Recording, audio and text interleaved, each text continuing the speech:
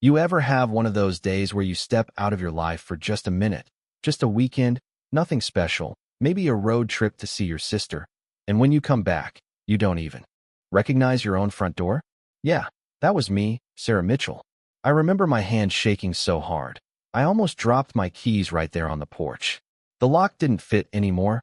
New, shiny, like someone swapped out a piece of my own memory. And my daughter Emma, just 10, tugged at my sleeve and said, "Mom, why aren't we going inside?" All I could do was mumble, "Just a second, sweetie," while my heart hammered against my ribs. We'd only been gone 3 days. 3 days, gone for a cheap family weekend, thinking about nothing but traffic and gas prices, not in a million years. Thinking I'd come home to strangers. But then my boy Max, he's 7, face pressed up to the living room window. He says, "Mom, there's people in our house." And I'll never forget the sight of him. A tattooed guy in a tank top, looking like he belonged in a biker movie, strolling out my front door with this smug grin. Right behind him, a woman with fried bleached hair, smoke curling off her cigarette, just standing there like she paid the mortgage. "Can I help you?" the guy says, all fake polite. My mind just blanked. This is my house. What are you doing in my house? I swear. He grinned wider, like he'd just heard the punchline. "Your house, lady? We rent this place. Been here 2 weeks. 2 weeks?" I was standing in my own yard Monday morning. The woman starts laughing. Rough and mean. "Sounds like someone's confused, babe." I reached for my phone, fingers numb, nearly dropped it trying to dial 911. Police show up, 2 of them, uniforms crisp, faces drawn. I show them everything: driver's license, utility bills, photos of the kids in the living room last week. But then tattoo guy whips out this lease, official-looking, notary stamp, the whole works. Claims they rented from some Robert Davidson. Never heard of him. Officer Martinez, the older one, says quietly, "Ma'am, I believe you. But this is a civil matter now. You'll need to go through the courts." The words felt like a punch in the gut. Eviction? From my own house? My dad left this place to me. My dad. But the cops couldn't help. Not with paperwork involved, even fake paperwork. So we packed up. Heaps of our things. Family photos, my grandmother's quilt, my daughter's art, dumped out in trash bags on the side yard. The squatters stood on the porch, laughing, as I shoved whatever I could grab into the back of my minivan. The neighbors watched from their windows, nobody sure what to do. Mrs. Chun from next door asked what happened, and when Officer Martinez just said, "Squatters. Fake papers," she covered her mouth like she might throw up. That night, my whole life fit into a 2008 Honda Odyssey with a cracked windshield and too many miles. Emma hugged a dirty stuffed rabbit she managed to save. Max used his jacket for a pillow. I just sat there, staring at my phone, feeling more lost than I'd ever felt in my life. I made a video. Voice shaking, eyes puffy. "I'm Sarah Mitchell, and today someone stole my house." I posted it in a local Facebook group, thinking maybe, just maybe, someone would have advice. What I didn't know? 100 miles away, a man named Frank Mollieri saw my video.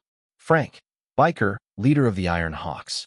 My dad once saved his life, brought a whole biker gang in from the cold during a snowstorm. Let them sleep in our garage, fed them soup. Just help someone else someday, my dad had said. Frank never forgot. And that night, as I lay awake counting my failures, Frank was calling every Iron Hawk within 200 miles. By morning, my phone was blowing up, hundreds of comments, offers of help, a local news producer, even a paralegal named Maria offering to document everything. But it wasn't just words. At noon, when I pulled up to my house, there were motorcycles lined down Oakage Drive. Not chaos, order. The Iron Hawks moved like a military unit. Cameras set up. Notes taken, neighbors suddenly everywhere. The squatters, Kyle Sanders, I'd learned his name now, stood frozen, all the swagger gone. Frank approached me, eyes kind beneath all that beard and leather. "Your dad saved my life. Figured it's time I paid that back." Behind him, Maria was already cataloging every bit of property damage, every dumped bag, every violation. Juice, their media guy, posted videos and tagged every news outlet in the state. Within hours, Channel 12 showed up, then Channel 7, neighbors giving interviews. My GoFundMe shot up to $47,000 in a day. Even the local DA started sniffing around when Maria sent her file of 23 violations. The squatters started lashing out, kicking Emma's bike, blasting heavy metal at midnight, yelling at Max until Rod, the club's sergeant, stepped up and said, "You got a problem, take it up with me." Suddenly, they kept their mouths shut. But it got uglier. Kyle, desperate, hired a lawyer, tried to play the victim on social media. That backfired. Screenshots everywhere, public shaming at Olympic levels. Then he crossed the line. He threw my father's ashes from my bedroom window. I broke, screaming, trying to claw my way inside, but Frank held me back. That's what he wants. Don't give it to him. By sunrise, Oakage Drive looked like the world's angriest parade. Over 300 bikers, flags flying. News crews circling, neighbors bringing coffee and cookies. I've never felt so surrounded, not by strangers, but by family. People who didn't know me, but remembered what my dad had done. The police came, but this time, Martinez just smiled. "Carry on, just keep it peaceful." The DA rushed our case to an emergency hearing. The evidence was overwhelming. Forged lease, fake manager. My record's airtight. The judge? She didn't waste a minute. Eviction order, effective immediately. The squatters had till 2 p.m. to leave. Damages and legal fees on top. Watching them slink out, carrying stolen electronics and trash bags, was better than any movie. No one helped. No one cheered. Just silent, satisfied stares. Kyle didn't even look up. He knew it was over. But the best part, the real punchline, was when the Iron Hawks, instead of leaving, rolled up their sleeves and got to work. Maria led a cleaning crew. Rod fixed the windows. Louise from her furniture store delivered a new bed, wouldn't take a dime. The bikers scrubbed, painted, mowed, replanted. Emma's swing set was fixed, Max's Legos sorted. Even Mr. Hoppy, Emma's stuffed rabbit, came back stitched and clean. Frank found me in the garage, handed me my dad's Iron Hawks patch from all those years ago. "Your home's protected now. Always will be." He nailed it to the workshop doorframe, right at eye level. When the sun started to set, 300 engines roared to life and the Iron Hawks rolled out. Neighbors waving, news crews filming, my kids laughing like nothing bad had ever happened. I stood in my driveway, keys in hand, staring at my own front door, and realized my dad was right. Good people still exist. Sometimes they wear leather and ride Harleys. Sometimes they live next door. Sometimes they show up in the comments at 2 in the morning. But they're out there. They show up when you need them most. Now, you tell me, was this justice or just a lucky break? Should it really take an army of bikers and a viral video to get your own house back? Drop your thoughts below. What would you have done? And what does real community look like where you live? Because I'm telling you, when push comes to shove, the only thing stronger than fake paperwork is a neighborhood that refuses to look away. Thing is, you never think your own life will become a headline. One of those stories folks debate online, arguing about squatters' rights and property laws like it's all just politics, not people. But by the next day, that's exactly what my life had turned into. News vans lined the streets so thick, Mrs. Chun had to ask a cameraman to move just so she could go get her mail. Reporters kept asking for the viral homeowner, and every time someone said that, I felt like I was watching myself on TV, not actually living it. Inside, though, it still didn't feel like victory. My house was a wreck. Trash everywhere, kitchen full of flies. The bedrooms reeking of cigarette smoke and old pizza.